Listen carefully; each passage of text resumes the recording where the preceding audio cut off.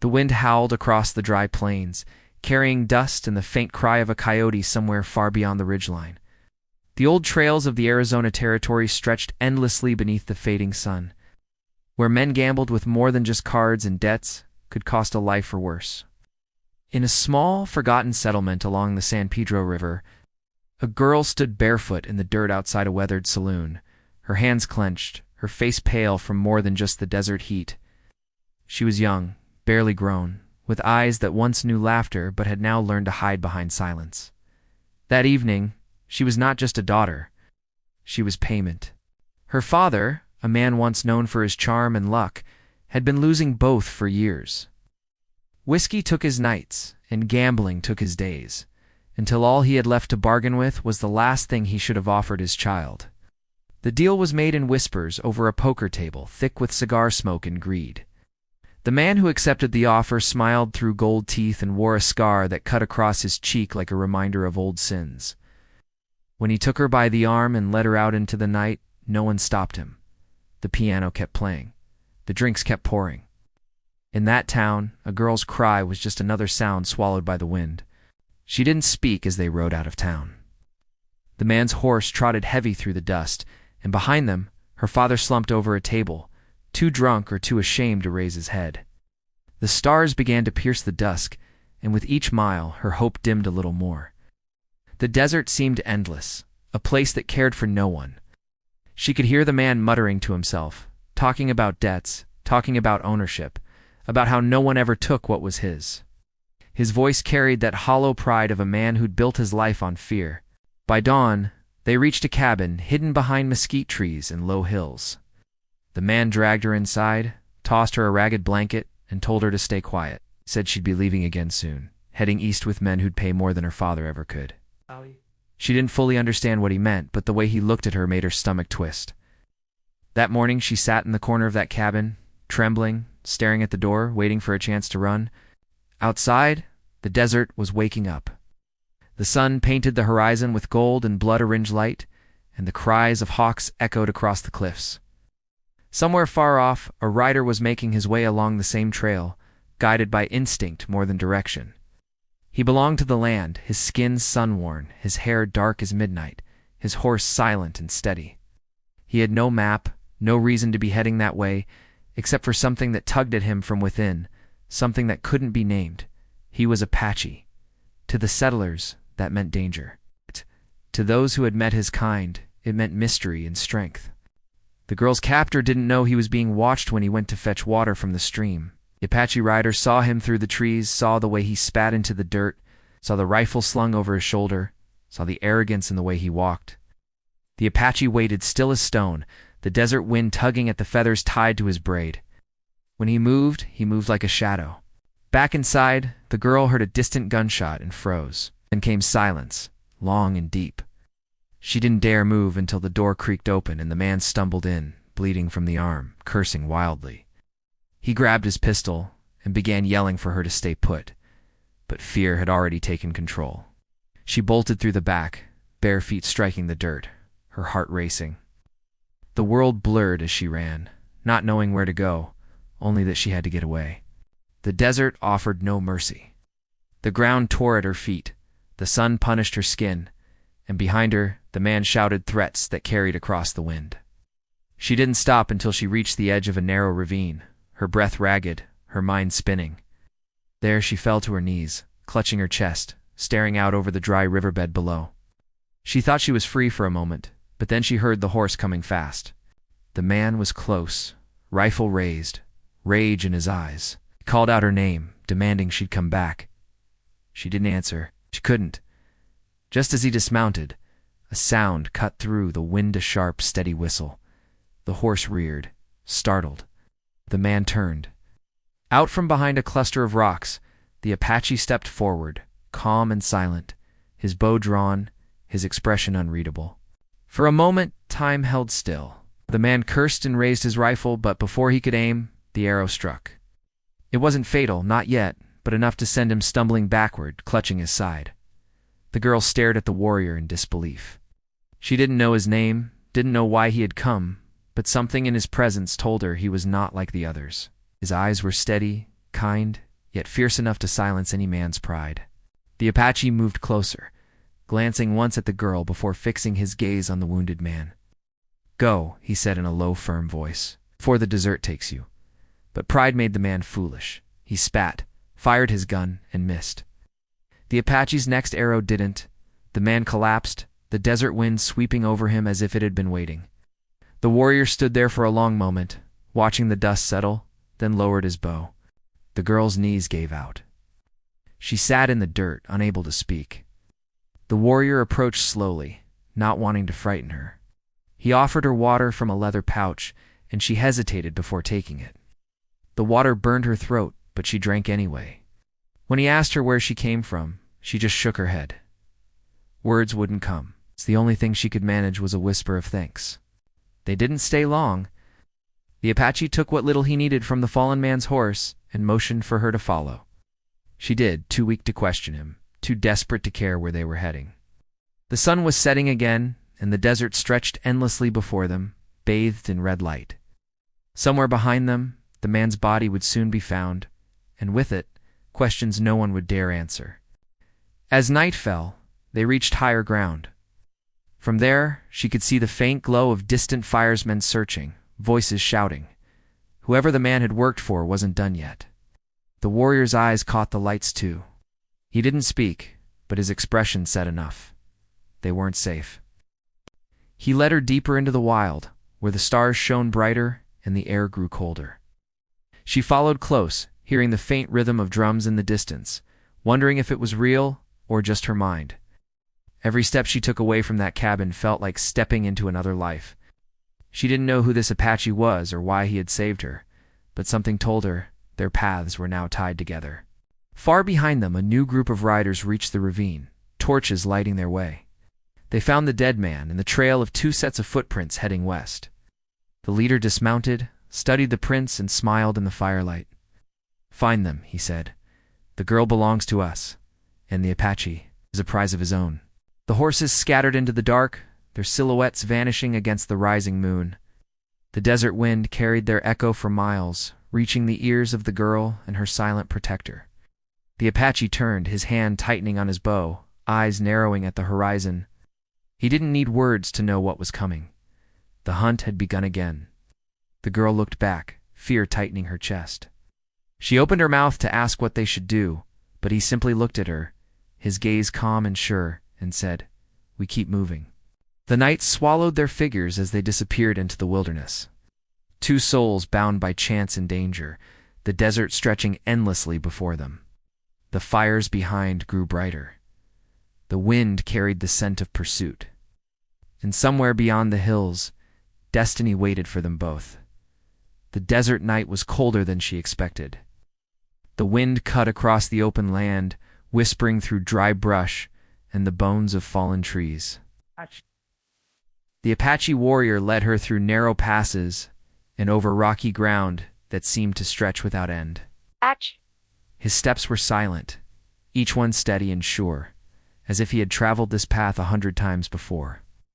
The girl followed closely, her body aching, her throat raw, her thoughts tangled between fear and disbelief.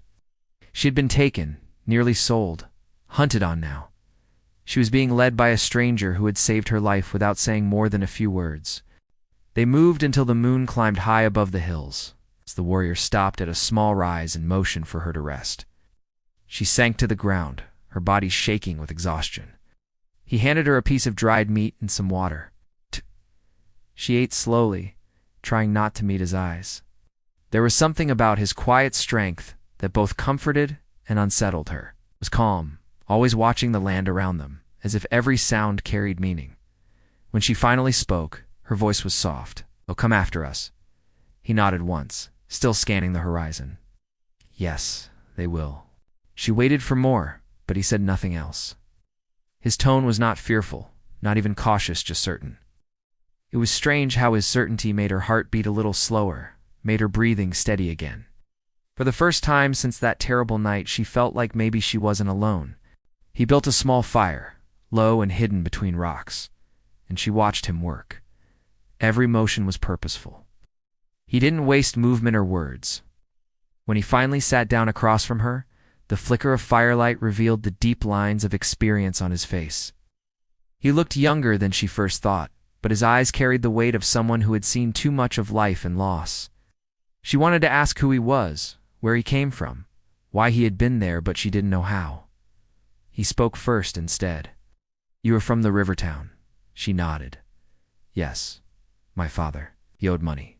The warrior's expression didn't change, but his gaze softened slightly. "And he gave you away." The words hit like stones. She looked down at her hands, dirt still clinging beneath her nails.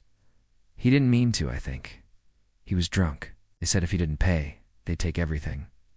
I didn't think they meant me." Her voice broke near the end. The Apache didn't respond right away. He let the silence linger, only the wind filling the space between them. Finally he said, "The white men's debts are strange things. They trade lives for paper." He shook his head slowly. "Among my people, no one owns another." She wanted to believe that, but the world she knew didn't work that way. "They'll come," she whispered. "The man who took me worked for others. They won't stop." The Apache looked up toward the stars, and we will not stop either.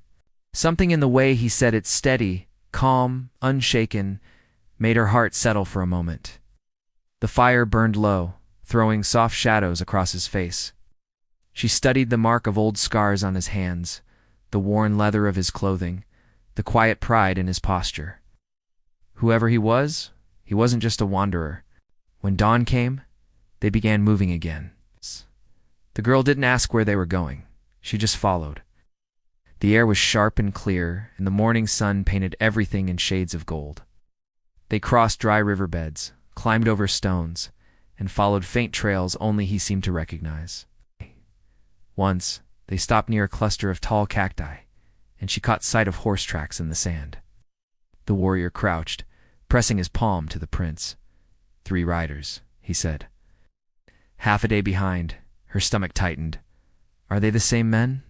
He looked at her briefly, then back at the trail. "Yes, but they are not good hunters." She didn't know whether to take comfort in that or fear it more. As the day stretched on, heat shimmered across the land. They walked in silence, the sound of the wind and their footsteps, the only things breaking it. Once he stopped to let her rest near a cluster of rocks where a trickle of water pooled. She dipped her hands in and drank, the coolness soothing her dry throat. The warrior stood nearby, watching the horizon with the kind of focus that came from years of survival. Finally, she asked the question that had been pressing in her chest since the moment he appeared. "Why did you save me?" He turned to her slowly, his eyes steady. "Because I saw a man who had forgotten honor." "Is that all?" she asked softly. He was quiet for a long moment, then said, "My mother was taken once. Many years ago, no one came for her. I could not walk away this time." The simplicity of his words hit harder than anything else could have. She didn't know what to say, so she didn't. They stayed there for a while, the sound of the wind moving through the canyon like an old song neither of them knew the words to. By late afternoon, they reached a narrow pass between tall red cliffs. Warrior slowed his pace, motioning for her to stay close. His movements grew more cautious, his gaze sharper. The air felt heavier here, the silence deeper. She could sense it too, something uneasy in the land itself. Suddenly he raised his hand. "Stop." She froze. He crouched low, examining the ground. Then, without a word, he pulled her behind a rock. "They are close," he whispered. Moments later, the echo of hooves broke through the stillness. 3 riders came into view along the ridge, scanning the valley below. She recognized one of them, the scarred man's companion from the cabin. He was shouting orders, his rifle slung across his back. The men were armed and angry. The Apache kept her low, hidden among the stones. He didn't breathe, didn't blink, until the riders passed. When the sound of hooves faded into the distance, he finally exhaled. "They will circle around," he said quietly. "They don't give up easily." Her heart pounded. "What will we do?" He studied the sky, as if reading an answer there. "We go west, toward my people's land. They will not follow far into it." "Will your people help us?" she asked. He hesitated before answering. "Some will, some will not."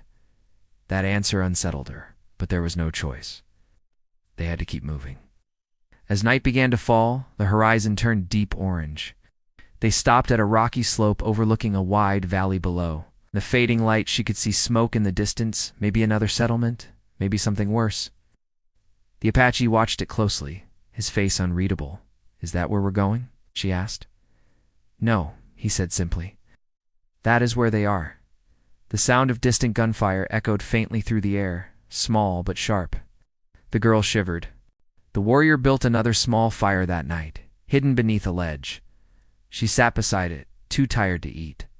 The sky above them was filled with stars, brighter than she had ever seen. He sat across from her, sharpening a knife with quiet rhythm. "You said your people might not help," she said finally. "Why?" He stopped sharpening and looked into the fire. "'Cause the world is changing. The white man comes with his towns and his laws. Some of my people believe we should fight. Others believe we should hide. And some have grown tired of both." "Which one are you?" she asked. He looked at her with calm eyes. "I walk between." Something about that answer made sense, though she couldn't explain why. They didn't sleep much. Every sound in the distance felt closer than it was. When the wind changed, it carried faint traces of smoke and horses. The Apache kept his hand on his bow, listening, waiting. The girl couldn't close her eyes, not with the fear pressing so close. As dawn approached, the first light touched the edge of the cliffs. The warrior stood and motioned for her to follow. "We move now." She rose, her legs trembling, but she followed without question. They climbed down into the valley, the path narrow and steep. Behind them, the sound of riders returned, faint but unmistakable. The chase hadn't ended. It had only just begun. She looked back once, seeing the figures in the distance, torches flickering like hungry eyes. The Apache turned toward her, his face set with quiet determination. "We will reach the canyon by nightfall," he said. "If we make it there, they cannot follow. And if we don't," she asked. He met her gaze. "Then we fight." The desert sun rose higher, burning away the cool air of morning. The two of them pressed onward through the wild land, their shadows long against the rocks. Behind them, the hunters closed in, the sound of pursuit growing louder with every passing mile.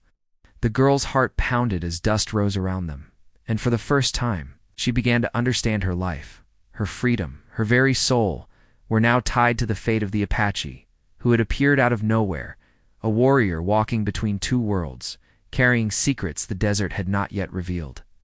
The sun rose harsh and golden, spilling across the redstone canyons as if the land itself were on fire. The air was thin, sharp, and full of dust that shimmered in the light. The girl followed close behind the Apache warrior, her steps uneven, her breath short.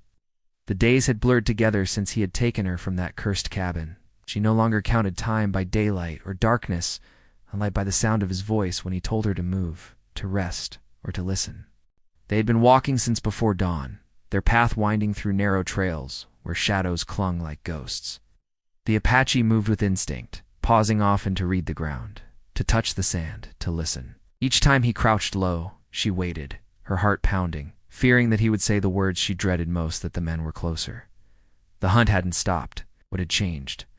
The riders who had once followed them openly now moved quietly, tracking by smoke and hoof prints, closing in with every mile. The Apache knew it, and so did she. Yet there was something in his calm that gave her strength. He never looked afraid, only focused. By midday they reached a plateau overlooking a wide valley filled with brush and winding streams. He stopped there, resting one hand on his horse's mane and scanning the horizon. The wind carried faint sounds, voices, maybe, or echoes of distant movement. "They are near," he said, his tone even though his eyes darkened. She swallowed hard. "What will they do if they catch us?" He looked at her, and though he said nothing, the silence was answer enough. They moved again, faster this time, cutting through dry gullies where the heat pressed down like a weight. Sweat ran down her back, her lips cracked, and her legs trembled. The Apache slowed once to give her water from his pouch. "You must stay quiet," he said softly. "Noise carries far here." As the sun dipped low, turning the sky a deep orange, they came to an old campsite, blackened stones and broken arrows scattered across the ground. The Apache studied it for a long time, his brow furrowed. "This place saw blood," he murmured. She looked around uneasily. What happened here? He pointed to the burnt logs. Soldiers came years ago, drove my people from this land. Many died. The ground remembers. The girl knelt and touched the dirt. It was cold despite the heat, heavy with an unseen story. She could feel the weight of it, as if the land itself held its breath. That night, they made camp away from the ruins. The Apache built no fire, only let the moonlight guide them. They sat together on the rocks, and she finally asked what had haunted her since they'd met. You said we were going to your people's land. Do they know you're coming? He looked toward the distant mountains, where the stars hung low and bright. No, I left many seasons ago. Some will not welcome me. Why did you leave? He hesitated, because I would not choose sides. The white man brings laws, the tribe brings war. Believe there's another way? She nodded, though she didn't fully understand. And they called you back now? His gaze softened. The land called me back. The spirits do not rest when there is blood still to be paid. His words sent a chill through her. She didn't know what he meant by spirits or debts of blood, but the way he said it carried truth. Later, as she drifted toward sleep, she heard him whisper in his own tongue, a low, rhythmic sound like prayer. It comforted her in a way she couldn't explain. When dawn came, they were already moving again. The Apache's pace quickened. He seemed to know the terrain better now, leading her through narrow passes lined with thorn and stone. But they weren't alone anymore. Somewhere behind, the riders had split up. One group had taken the ridge, the other was crossing the valley. The Apache could sense it before they even appeared. They know the land, he said grimly. These are not the same men from before. Who are they? She asked, her voice shaking. Men hired to hunt anything that moves, he replied. They have no loyalty, only hunger for gold. The girl's heart sank. The men chasing them weren't just seeking revenge, they were being paid. Her father's debt, his mistake, had grown into something larger than either of them. By midday, the air grew heavy with tension. They crossed a shallow creek, the water warm from the sun, and the Apache stopped suddenly. He crouched, tracing the mud with his fingers. Hooves, he said quietly. Fresh, too close. She looked around, fear flooding her chest. Can we hide? He shook his head. No, we move faster now. They mounted the horse together, riding hard toward the hills. The land blurred past them, brush, rock, flashes of sunlight. Behind them came the thunder of pursuit. She turned once and saw riders emerging through the haze, rifles glinting. The Apache didn't look back. He drove the horse harder, steering through tight canyons, ducking under low branches, cutting across the terrain with skill that defied logic. The girl clung to him, every muscle burning with fear and motion. Gunfire cracked behind them, sharp and echoing. The sound tore through the air like lightning. The Apache urged the horse onward, turning sharply through a narrow pass where stone walls rose high on both sides. A bullet struck the rock near her shoulder, splintering shards into her hair. Then silence again, except for the pounding of hooves and the rush of wind. When they finally slowed, the Apache led the horse into a hidden hollow, shaded by tall stone. He dismounted first, scanning the ridge. His face was calm, but his breathing was deep. They will not stop, he said. They will follow until one side falls. The girl's eyes filled with tears she tried to hide. I didn't ask for any of this, she whispered. I just want to go home. He looked at her then, truly looked at her, and said quietly, You have no home now. You must make a new one. His words stung, but they were true. She knew the town she had come from would never take her back. Too much shame, too much talk. The men who had bought her would not forget. That night, the Apache left her for a short while to scout ahead. She waited by the quiet creek, the sound of water calming her nerves. The moon shone bright over the canyon, silver light reflecting off the ripples. She thought of her father, of the night she was taken, of the life she might never see again. When she heard movement behind her, her heart jumped.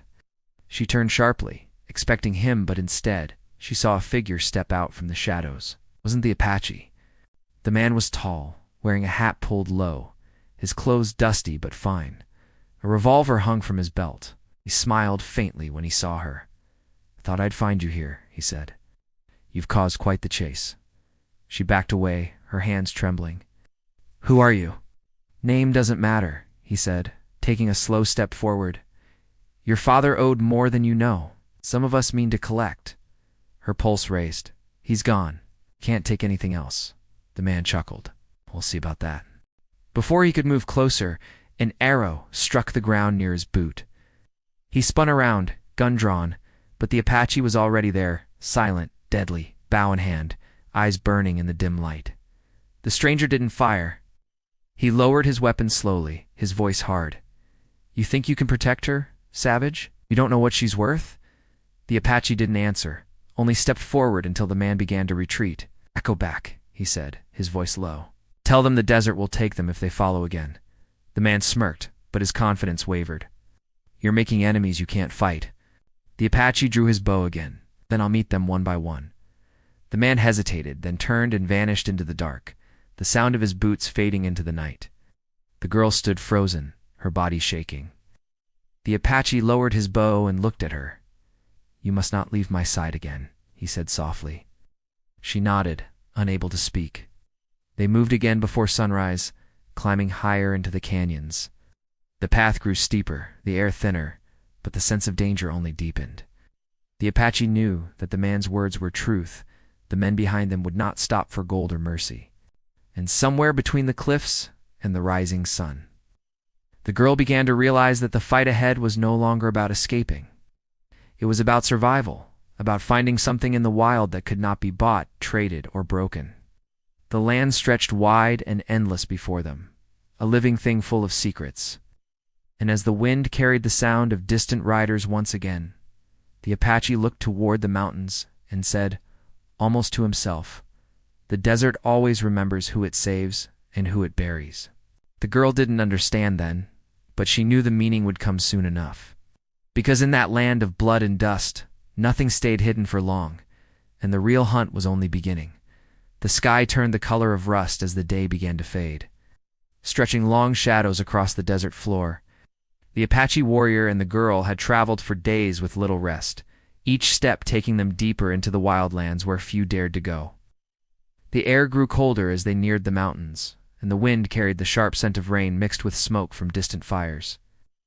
The world felt heavier now, as if something unseen was closing in around them. The Apache's horse moved carefully over the rocky trail, its hooves striking sparks against stone. The girl held on tightly, her body aching from exhaustion, her mind racing with fear. Each sound in the distance, each crack of a twig or echo of hooves made her heart jump. She knew they were still being followed. Even when she couldn't see them, she could feel them. The men who hunted them had grown clever. They no longer rode in open pursuit, but circled wide, cutting off escape routes, driving their prey toward a trap. That evening, when they finally stopped near the mouth of a narrow canyon, the Apache dismounted and studied the sky. Dark clouds gathered low, swallowing the last of the sun. He stood silent for a long time before saying, "They are coming from both sides. The storm will hide them." The girl's voice trembled. "Then we have to keep moving." He shook his head. "The horse cannot go farther tonight. We make our stand here." The words sent a chill through her. "Make our stand?" He looked at her steadily. "You cannot keep running forever. The land can only protect those who face what hunts them." She wanted to argue, to beg him to keep moving, but there was no strength left in her. The Apache began to prepare the ground around them, gathering stones and dry branches. Moving with the quiet efficiency of someone who had done this many times before, she watched him in silence, feeling helpless, but knowing she could trust him. And his calmness in the face of danger gave her a kind of strength she didn't know she had. As the night deepened, the wind rose. The storm rolled over the desert, lightning flashing across the distant cliffs. Rain began to fall, cold and heavy, turning the earth to mud. The girl sat close to the small fire he built beneath a rocky overhang, her arms wrapped around herself. The Apache sat across from her, sharpening his knife, his eyes reflecting the flames. She broke the silence. "She said you left your people because you didn't want to choose sides. But if they knew you were fighting now, would they help us?" He looked into the fire, his face unreadable. "Some might. Others would say I bring trouble to their land. My path has never been theirs. Then why risk your life for me?" she asked quietly. The Apache paused his work, lifting his gaze to hers. "Because every life taken unjustly leaves a scar on the land. Saving one can heal a piece of it. She wanted to believe that, though her fear made it hard. And if they find us tonight, they look toward the dark canyon beyond the firelight. Then we fight like those before us who refuse to be owned. Thunder cracked above them, loud enough to shake the ground. The horse stamped nervously. The rain grew harder. Then, through the storm's roar, came a faint sound, the rhythm of hooves, muffled by mud but steady. The Apache rose to his feet, his posture sharp and ready. "They're close," he said. The girl's pulse quickened. She grabbed the small knife he had given her earlier, her hands trembling. The Apache motioned for her to stay low behind the rocks. He slipped into the shadows, his body disappearing into the darkness as if he had become part of it. The storm made everything a blur. Lightning flashed again, and for a brief second, she saw figures moving on the ridge. 3 riders, maybe 4. They were spreading out, their torches flickering like eyes in the rain. The sound of their voices carried faintly through the wind. The Apache returned silently, crouching beside her. "They are not far. They think we are trapped." Her throat tightened. "Are we?" He didn't answer directly. "The canyon narrows ahead. If we move before they close in, we might lose them in the rocks. But we must move now." They gathered what little they had and slipped into the rain-soaked night. The path was narrow and slick, winding through sharp stone walls that rose high above them. The girl stumbled often, but the Apache caught her each time before she fell. Lightning flashed again, revealing the sheer cliffs around them, and in that light, she saw movement behind torches weaving through the storm. The hunters were closing in. The Apache stopped at a fork in the canyon. He scanned both paths quickly, then turned left without hesitation. "This way," he said. "It leads to higher ground." The girl followed, her lungs burning. The rain made it hard to breathe, and every sound seemed louder: the thunder, the wind, the distant shouts of the men hunting them. The Apache moved quickly, his steps sure even in the darkness. Suddenly a gunshot split the night. The sound echoed off the cliffs, sharp and close. She screamed and ducked, the bullet striking rock inches from her shoulder. The Apache spun around, his eyes fierce. He pushed her behind a boulder, then drew his bow and fired into the darkness. A cry followed, distant but real. "They've seen us," she whispered. He nodded. "Then we make them forget where we are." He motioned for her to follow and led her up a steep incline toward a ledge overlooking the canyon. The climb was hard, the rain making every rock slippery. Her hands were raw from gripping the stone, but she didn't stop. The Apache reached the top first and pulled her up just as more gunfire cracked below. The flash of torches lit the canyon floor. The riders were spreading out again, searching. From above, the Apache studied their movements carefully. "They are too many," he said quietly. "We cannot fight them here." "Then what do we do?" she asked, breathless. He looked toward the far side of the canyon, where the storm clouds broke enough to reveal a faint glow of firelight. "There is a village beyond those ridges," he said. "Old allies of my people. If we reach it, they may shelter us, but it will not be easy." The girl followed his gaze. The path ahead looked impossible steep, twisting and lined with cliffs. "Can we make it?" Met her eyes, steady and sure. "We will try." They moved along the ridge, keeping low, their shadows blending with the stone. The storm began to fade, leaving behind only the wind and the dripping of rain from the cliffs. The moon broke through in brief flashes, revealing the wild landscape around them. Below, the riders still searched, their voices echoing faintly. As they neared the far end of the canyon, the Apache stopped again. He knelt and touched the ground, then frowned. "Fresh tracks, not theirs. Someone else has been here." Before she could ask what he meant, a figure stepped from behind a rock ahead. It was a young Apache man, holding a spear. His expression hardened when he saw them. The warrior beside her spoke quickly in his own language, his tone firm but calm. The two exchanged words that she couldn't understand, their voices low but tense. Finally, the younger man lowered his weapon slightly, though his eyes remained wary. "He will take us to the village," the Apache said finally. "But they may not welcome you."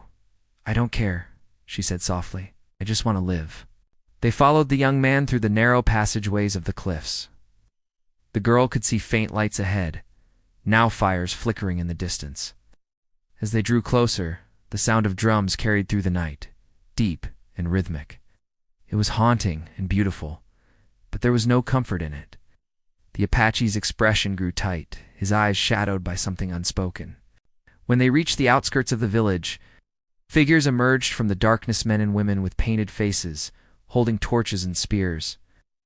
The rain had stopped, but the air still hummed with energy. The Apache stepped forward, speaking in their tongue, explaining, asking for passage. The villagers listened, their eyes shifting between him and the girl. After a long silence, an older man stepped forward. His face was weathered, his hair streaked with gray. He looked at the girl, then back at the warrior. "You bring danger to our land," he said in English, his accent thick but clear. "Those who follow you bring death." The Apache didn't deny it. "Then help me stop them before they reach you." The old man studied him for a long moment, then nodded slowly. "You have one night. After that, you must go." The girl exhaled in relief. For the first time in days, she felt something close to safety, but the feeling didn't last. From the ridge beyond the village, a flash of light tore through the darkest signal fire. Then another. The Apache turned sharply, his face grim. "They've found us." The drums in the village stopped. The air grew still. The old man raised his torch, his eyes hard. "Then the desert will choose who lives and who dies." The girl's heart pounded. The Apache drew his bow again, his jaw tight. The hunters were coming fast now, their torches lighting up the far side of the valley like fire creeping across dry brush. The storm had passed, but the real battle was only just beginning. The girl stood beside the warrior, the flames of the village flickering around them. She could feel the weight of everything's fear, fate, the wild heartbeat of the land itself rising towards something she couldn't yet see. The night held its breath, waiting for what was to come. The first light of dawn crept over the horizon, painting the desert in soft shades of gold and gray. Smoke still hung in the air, twisting slowly upward from the scorched edge of the canyon, where the final clash had taken place. The echoes of the night's battle were fading, leaving behind only the quiet hum of the wind and the cries of distant birds awakening to a new day. The Apache warrior stood still among the ashes, his bow lowered, his breath slow and steady. Round him, the land was scarred but alive. The girl sat nearby, her hands trembling as she held a torn cloth against a wound on her arm. Her clothes were caked with dust and dried mud, but her eyes were clear now, no longer wide with fear. She watched the warrior in silence, unsure of what to say. The storm, the chase, the fight, it all felt like a dream she had finally awakened from, though the ache in her body reminded her that it was all real. When the Apache turned toward her, his face was calm, but his eyes held the weight of everything that had passed. "It is over," he said quietly. She looked at the battlefield beyond the ridge. "Are you sure?" He nodded. "Those who hunted you are gone. The land has taken what it was owed." The girl followed his gaze across the wide plain where the tracks of horses faded into the distance. The men who had pursued them had met their end in the dark canyon, swallowed by the same storm they thought would hide them. The villagers had fought bravely beside the Apache, defending their home with spears and arrows, refusing to surrender to fear. Now, the fires they lit for defense were dying down, replaced by the softer flames of dawn. One of the village women approached and handed the girl a small bowl of water. Her expression was kind but cautious. "You rest now," she said. "The spirit of the desert watches over those who survive." The girl managed a faint smile. "Thank you." When the woman left, she turned back to the Apache. "What will happen now?" He looked at the rising sun, the light touching the scarred lines of his face. "The land will heal, and we will leave it in peace. The people here will rebuild what was lost. And you." He paused. "You will choose where your road leads." The girl lowered her eyes. "I don't know where to go anymore." He knelt beside her and handed her a small leather pouch. "Then start with this. It is water from the canyon spring. Wherever you go, carry it. It will remind you that life endures, even in the harshest places." She took it carefully, understanding the gesture for what it was, a gift and a farewell. "And you, will you go back to your people?" He was silent for a moment. "I will return to the mountains. My path was never meant to stay in one place. The land calls me where it needs me." She nodded, though part of her wished he would stay. There was something unspoken between them, a quiet bond forged by the trials they had shared. It wasn't love in the ordinary sense, but something deeper, something built on survival and trust. As the morning grew brighter, the villagers began to gather their fallen and tend to their wounded. The old man who had once doubted them approached and stood before the Apache. His expression was solemn. "You kept your word," he said. "You fought beside us, not against us. You've honored your ancestors." The Apache inclined his head respectfully. "This land belongs to all who protect it. It is not mine alone." The old man looked at the girl, his tone softening. "You are safe here for now, but when you leave, remember that safety is not found in walls or weapons. It lives in the choices we make." She thanked him, her heart heavy with gratitude and sorrow. She could feel that her time there was ending. The desert had given her a kind of clarity painful but pure. It had stripped away everything unnecessary until only truth remained. By midday, the sky had cleared completely. The Apache readied his horse, tying a few belongings to the saddle. The girl watched him in silence, knowing this would be their last moment together. "Will I ever see you again?" she asked. He looked at her for a long time before answering. "Perhaps. The land has a way of crossing paths that were meant to meet again. Do not wait for it. Keep walking forward." She tried to smile, though her voice wavered. "I'll try." He mounted his horse and paused, glancing once more toward the distant ridges. "Remember what you have seen here? The strength of the land, the silence after the storm. It is all part of you now." Then he turned and rode toward the mountains, his figure growing smaller until it blended into the horizon. The girl stood there until she could no longer see him, the wind brushing her hair as if carrying his farewell. In the days that followed, she stayed with the villagers, helping to rebuild what had been damaged. She learned to gather water from hidden wells, to mend roofs with woven branches, to listen to the desert's quiet rhythm. The people treated her with gentle respect, but she always knew she was only passing through.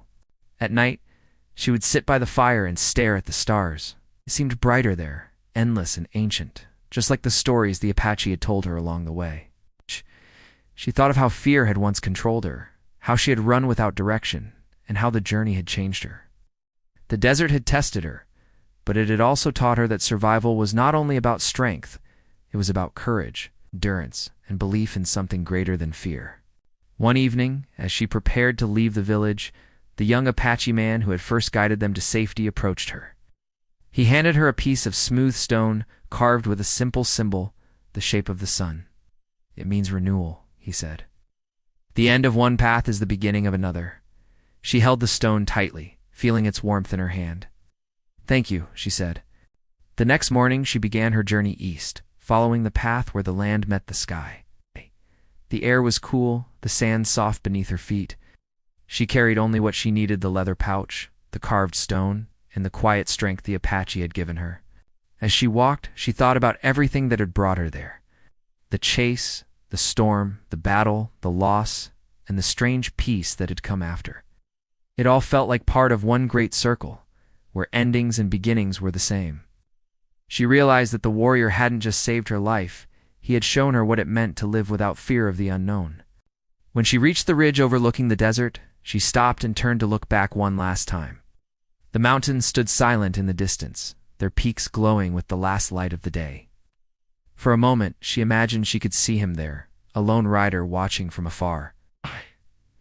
But she knew he belonged to the wild now, just as the wind belonged to the open sky. She smiled faintly, whispering a quiet thank you into the wind. The air carried it away, as if the land itself had heard her. Then she turned and kept walking, her shadow stretching long behind her as the sun sank low. In the fading light, the desert looked endless, yet somehow welcoming. Each step felt lighter, more certain. She didn't know where the road would lead, but she no longer needed to. She had learned that every journey leaves its mark, and every scar holds a story worth remembering. The desert grew quiet again as night fell. The stars returned, shimmering like silver dust across the black sky. Somewhere far away a wolf howled, and the wind answered softly, carrying the sound through the open plains. The land, vast and timeless, held their stories now, the warrior who fought for peace, the girl who found her strength, and the silence that followed when all the battles were done. And as the night deepened, the desert kept its promise. It remembered them both not as heroes or legends, but as two souls who had crossed paths when the world demanded it. Two lives bound by courage, by survival, and by the quiet understanding that even in the harshest places, hope can take root and grow.